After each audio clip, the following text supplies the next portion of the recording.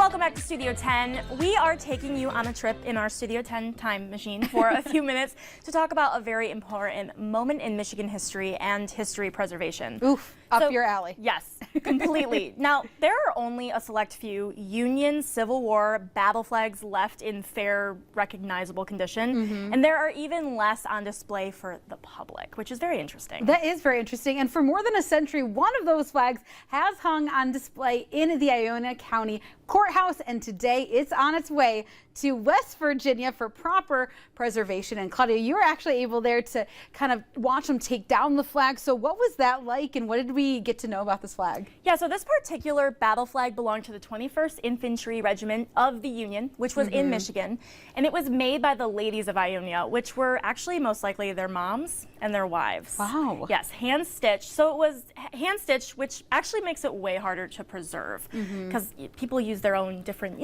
everyone stitches differently.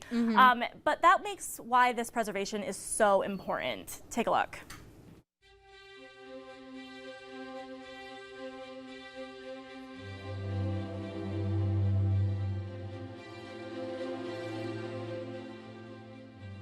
September 6th of 1862, the ladies of Ionia had this flag handcrafted and made to give to the 21st Regiment.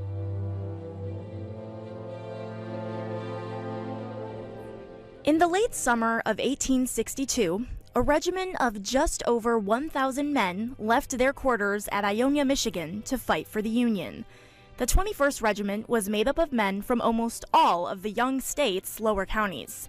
They would leave on foot to fight in some of the Civil War's most deadly battles in Kentucky, Georgia, and North Carolina.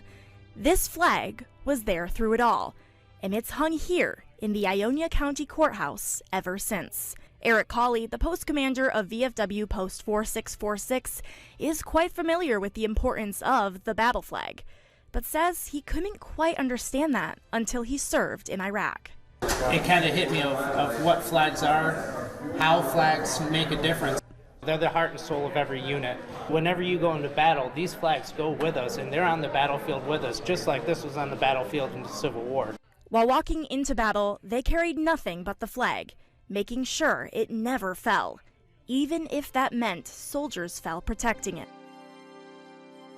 This was the most prestigious job in that unit, was carrying this flag, the most honorable job. They didn't have muskets, and then you had another 20 or 30 guys. Their whole job was to protect those 12 guys in that battle flag throughout the Civil War. Among the 90,000 men serving in the Union from Michigan, 13,000 would never come home, and nearly 400 of them fought behind this exact flag, making its preservation something to fight for all these years later. It's honoring our past history of those who fought and died under that flag. Light pollution, time, and humidity have all hurt the flag over the years. There have been earlier attempts to preserve the flag, but the intricate hand-stitch detailing made it hard to properly handle. This time, they're taking no chances. Cawley raised around $50,000 to make sure it's done right, sending the flag to Virginia, where it will be restored. The process could take more than a year. The flag was carefully removed from its display by professionals and placed into storage for travel. When it's done, it will be returned where it will stand for future generations. To make sure our kids, our grandkids, and everybody in the future can actually learn about history and see what our guys did back then to fight for the freedoms we have today.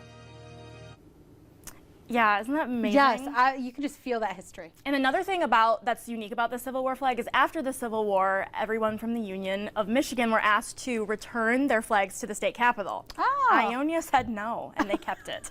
They were like, I want to keep it. They wanted to keep it, so yeah. I love that. Well, thank you so much for sharing that, and we'll have more Studio 10 after the break, so stick around. We'll be answering all of your questions after the break.